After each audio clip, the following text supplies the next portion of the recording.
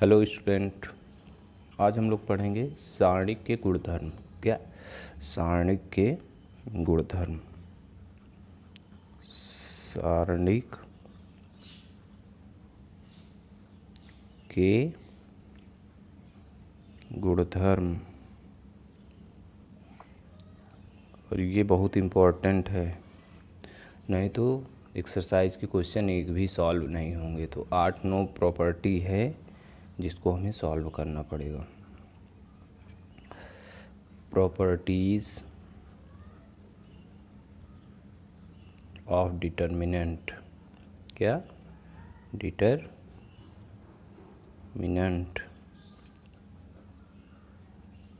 Properties of determinant. तो इसमें पहला प्रगुण है, कौन सा? पहला गुण 1। ये क्या होगा? कह रहा है कि यदि किसी सारणिक यदि किसी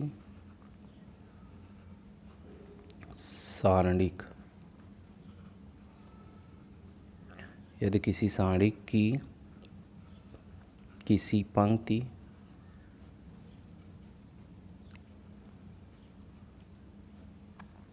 अथवा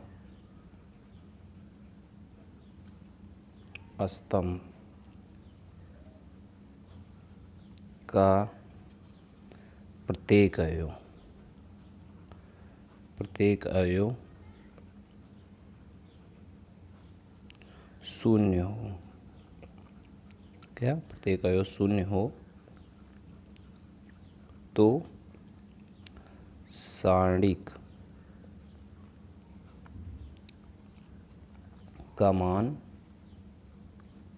शून्य होता है। सारणिक का मान शून्य होता है। ठीक, इसको हमको याद करना पड़ेगा। जैसे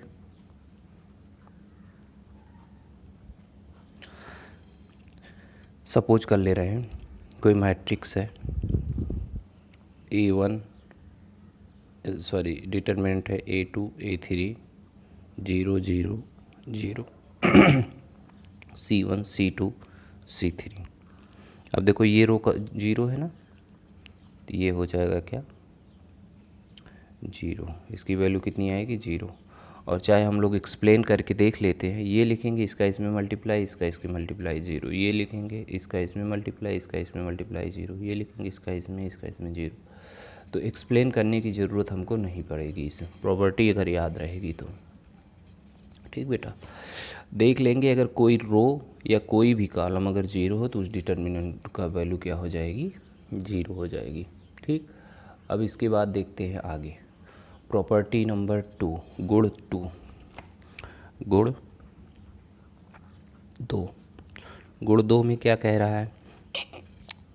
यदि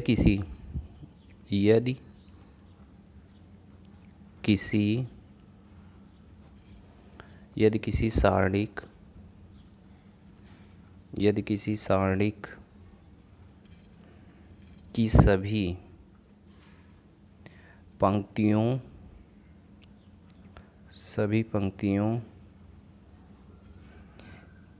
को स्तंभों में तथा स्तंभों को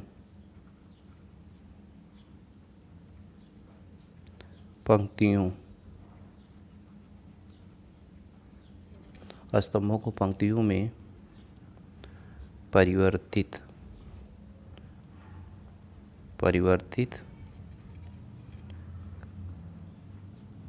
कर दिया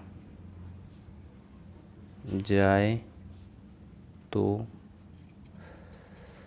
सारणिक में कोई परिवर्तन नहीं होता है। तो सारणिक में कोई परिवर्तन नहीं होता है। बात समझ में आई कि नहीं आई? देखिए, जैसे अब मान ले रहे हैं कोई सारणिक है A1 B1 C1, A2 B2 C2, A3 B3 C3। अब हम इसके रो को कॉलम बना दे रहे हैं, रो को कॉलम। इसको ऐसे लिख दे रहे हैं A1 B1 C1, इसको यहाँ लिख दे रहे हैं A2 B2 C2, A3 B3 और C3। तो जो इसका मान था वही इसका मान होगा एक्सपेंड करने पे। ठीक बेटा, तो कोई चेंजिंग नहीं होगी ना। आगे देखते हैं गुण नंबर 3, प्रॉपर्टी 3, प्रॉपर्टी 3। गुण 3 गुण 3 में क्या है? यदि किसी सारणी की किन्हीं दो पंक्तियों, यदि किसी सारणिक की किन्हीं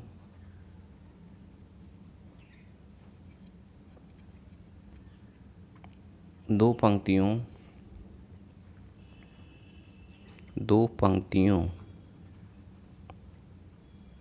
या दो स्तंभों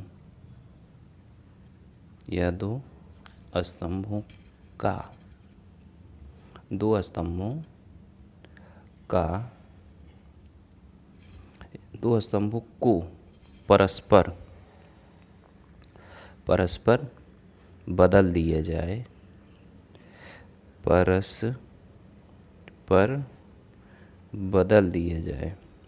बदल दिया जाए तो सारणिक के मान में कोई परिवर्तन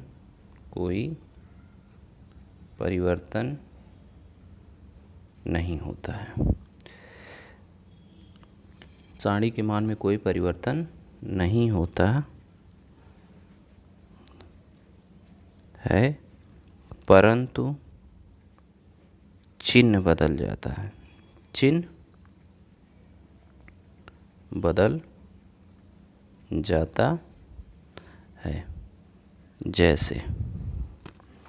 जैसे मान लीजिए कोई सारणिक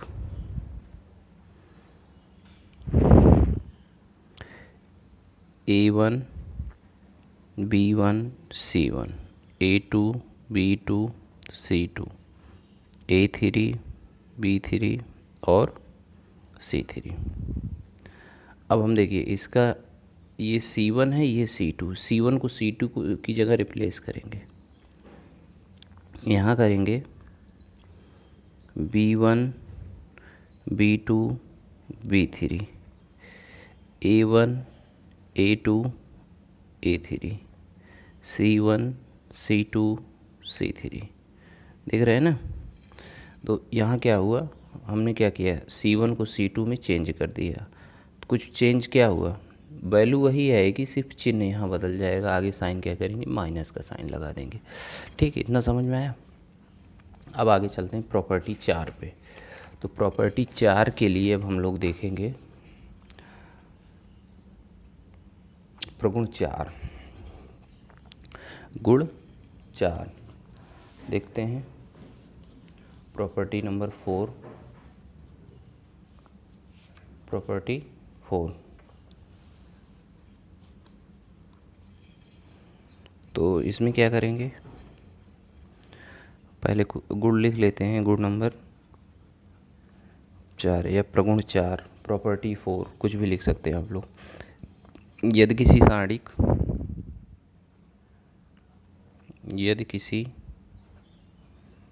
सारणिक की कोई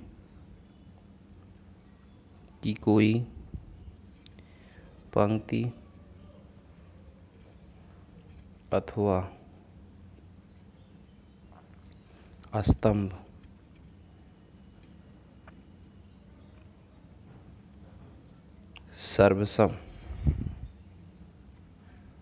सर्वसम का मतलब क्या होता है, आइडेंटिकल मतलब इक्वल, आइडेंटिकल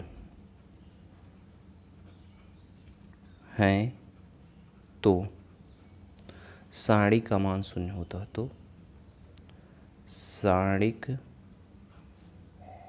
का मान शून्य होता है, सारणिक का मान शून्य होता है। जैसे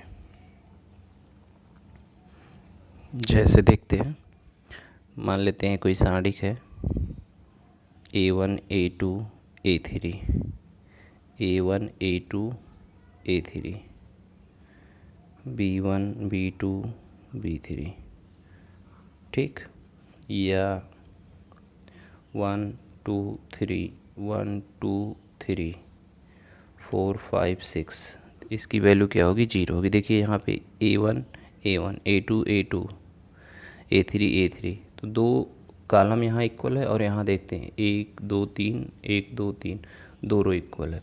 तो किसी भी पंक्ति में या किसी भी सारणी की कोई पंक्ति या कोई स्तंभ सर्वसम हो, सर्वसम मतलब बराबर हो, तो उस सारणी का मान 0 होगा। तो ये क्वेश्चन सॉल्व करते समय हमें ये प्रॉपर्टी दिमाग में रखना होगा, ठीक बेटा। तो चलिए देखते हैं आगे क्वेश्चन।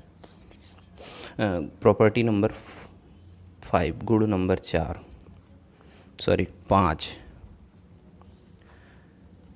तो गुण 5 क्या है? यदि किसी सारणी की किसी पंक्ति, यदि किसी सारणी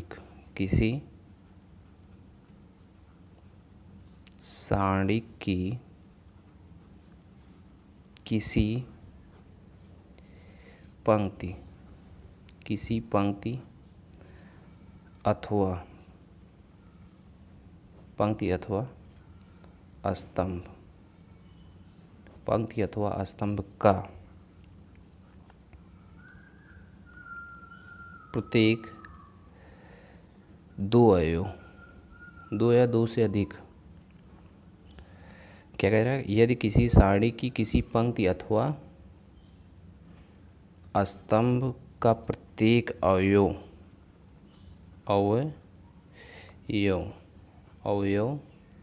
दो या अधिक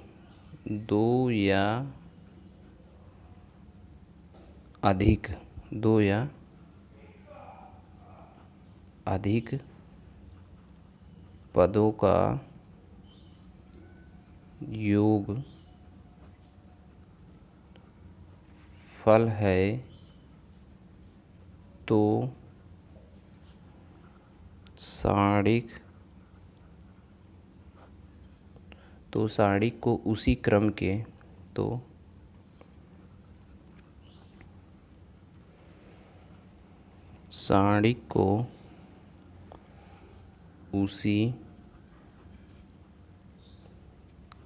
के उसी क्रम के दो या दो से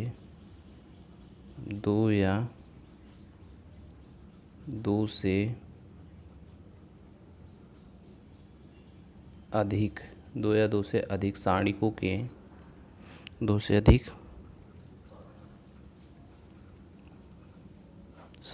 के योग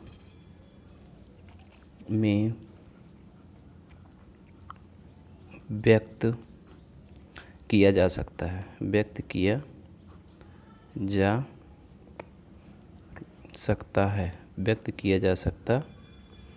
एक बार देख लीजिए। यदि किसी सारणी की किसी पंक्ति अथवा स्तंभ का प्रत्येक अवयव दो या दो से अधिक पदों का योगफल है, तो सारणी को उसी क्रम के दो या दो से अधिक सारणिकों के योग में व्यक्त किया जा सकता है। जैसे हम लोग देखेंगे एक example, A1U A2V A3W B1 B2 B3 C1 C2 C3, ठीक बेटा। अब देखिए इसमें दो का योग है, दो या दो से अधिक पदों का योग है, तो इसको हम अलग अलग कर सकते हैं। कैसे? A1 A2 A3 ये वाला लिखेंगे, उसके बाद B1 B2 B3 C1 C2 C3 ना, प्लस अब अगली में U V W B1 B2 B3 C1 C2 C3। बात समझ में आई? ये हो गया, तो इसको ब्रेक कर सकते हैं ऐसे, ठीक है। अब आ जाते हैं प्रॉपर्टी नंबर 6, प्रगुण 6। प्रॉपर्टी 6 में क्या है देखते हैं। गुण 6, गुण 6 क्या करें, यदि किसी सारणी की किसी पंक्ति, यदि किसी सारणी की किसी पंक्ति अथवा स्तंभ किसी पंक्ति अथवा स्तंभ के प्रत्येक अवयव को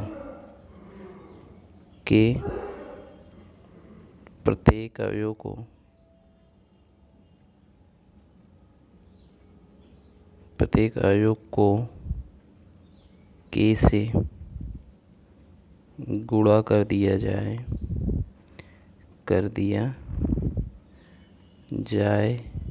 तो सारणिक का मान k गुना हो जाता है, ठीक। अब देखते हैं एग्जाम्पल। कह रहा है यदि किसी सारणी की किसी पंक्ति अथवा किसी स्तंभ के प्रत्येक अवयव में k से गुणा कर दिया जाए तो सारणी का मान k गुना हो जाता है, सारणी का मान k गुना हो जाता है। तो देखते हैं,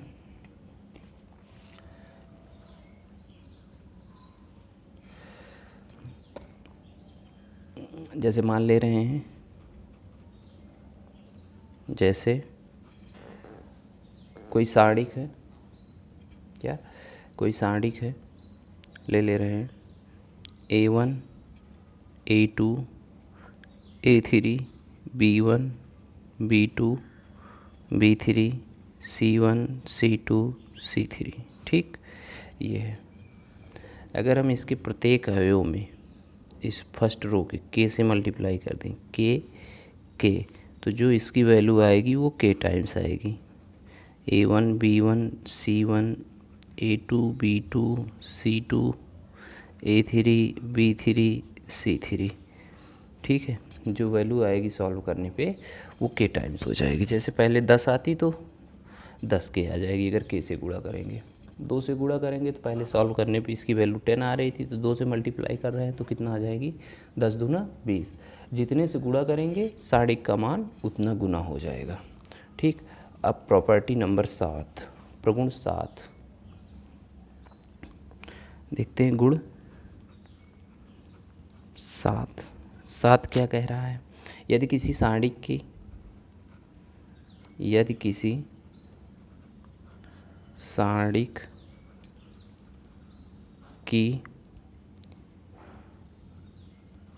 किसी एक पंक्ति अथवा किसी एक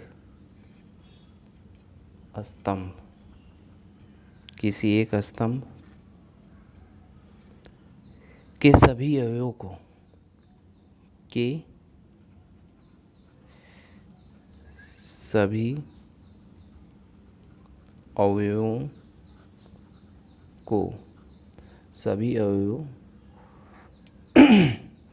किसी अचर से गुणा करके, अवयव को किसी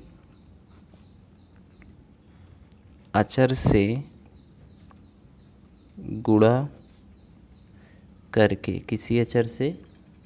गुणा करके, किसी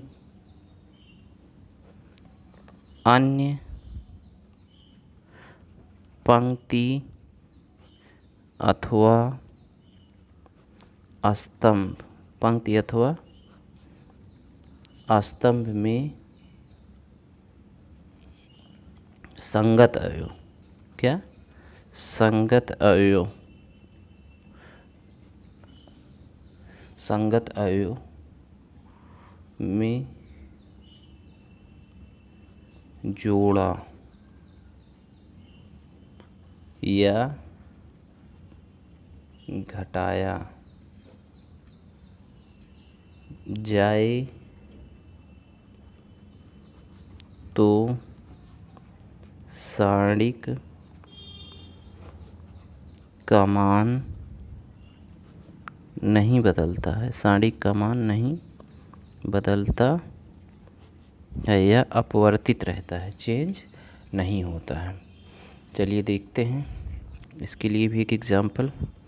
जैसे मान ले रहे हैं कोई सारणिक A1 A2 A3 B1 B2 B3 C1 C2 C3 है ना। एक काम करते हैं, ये जो है हम एक काम करते हैं, काम क्या करेंगे कि R1 को हम चेंज कर दे रहे हैं R1 प्लस या प्लस के R2, R1 को चेंज कर रहे हैं R1 प्लस के R2। तो देखो ये R1 है और ये क्या है, ये R1 है और ये R2। चेंज किसको कर रहे हैं, R1 को, और इसमें क्या करके K से मल्टीप्लाई करके, और क्या कर रहे हैं, प्लस कर रहे हैं। तो ये रिज़ल्ट आएगा A1 के B1, यहाँ आ जाएगा A2, इसमें K से मल्टीप्लाई करके प्लस कर रहे हैं के B2, यहाँ आ जाएगा A3 प्लस के B3, और इसको ऐसे ही रहने देंगे B1 B2 B3 C1 C2 C3। तो जो सॉल्व करने पे यहाँ आएगा वही सॉल्व करने पे यहाँ आएगा। इस प्रॉपर्टी का मतलब यही है, कोई भी वैल्यू चेंज नहीं होगी। ठीक बेटा, तो ये सब प्रॉपर्टी गुण का यूज जो है हम क्वेश्चन सॉल्व करते समय यूज करेंगे, और इसका तो लगभग हर क्वेश्चन में यूज होता है, ये इम्पोर्टेंट प्रॉपर्टी है, तो इसकी ज़रूरत सबसे ज़्यादा पड़ेगी। गुण 8, बस यही 8 लास्ट है, इसके बाद नहीं है। देखेंगे, कह रहा है कि यदि किसी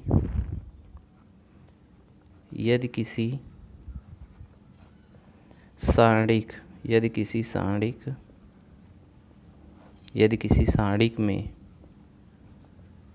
चर x निहित है तथा सारणिक के अवयव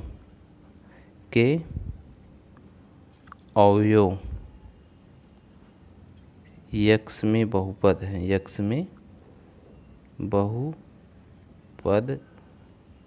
हैं, सारणिक x में बहुपद हैं, और x बराबर a रखने पर सारणिक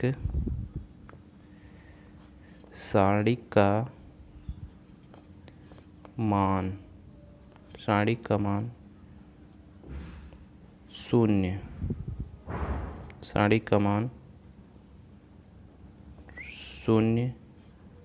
हो जाता है, सारणिक का मान शून्य हो जाता है, तो x माइनस ए उस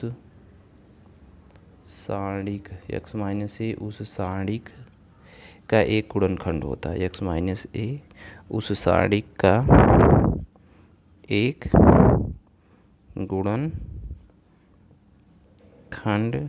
होता है। एक बार इसको हम फिर से समझ लेते। मान लेते किसी सारणिक में एक चर x निहित है, अगर x बराबर a रखने पर उस सारणिक का मान शून्य हो जाता है, तो जब सारणिक को सॉल्व करेंगे तो जो उसका फैक्टराइजेशन आएगा तो x माइनस ए उसका एक गुणनखंड होगा। जैसे मान लेते हैं कोई सारणिक है, जैसे x माइनस ए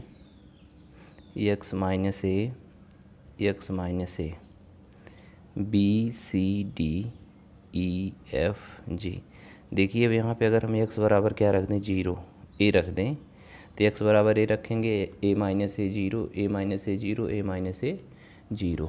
ठीक, a माइनस ए क्या हो जा रहा है 0 हो जा रहा है ना, और 0 हो जा रहा है तो x बराबर a रखने पे इसका साड़ी का मान क्या आएगा 0 आएगा। तो ये x माइनस ए इसका एक क्या होगा एक x माइनस ए एक गुणनखंड होगा, एक गुणनखंड होगा। ठीक, तो इतनी प्रॉपर्टी है। अब क्वेश्चन हम लोग अगली वीडियो में नेक्स्ट वीडियो में इसकी एक्सरसाइज के क्वेश्चन सॉल्व करेंगे। ये वीडियो सिर्फ प्रॉपर्टी के लिए था, आप लोग इसको पूरा देखिए, तब अगली वीडियो हम अपलोड करते हैं, उसमें एक्सरसाइज के सब क्वेश्चन रहेंगे और इसका यूज है उन क्वेश्चनों को सॉल्व करने में, बिना इसके वो क्वेश्चन सॉल्व नहीं हो पाएंगे। तो आप लोग इसको पहले बहुत अच्छे से देखिए समझिए, तब क्वेश्चन हम लोग सॉल्व करते हैं। ठीक बेटा।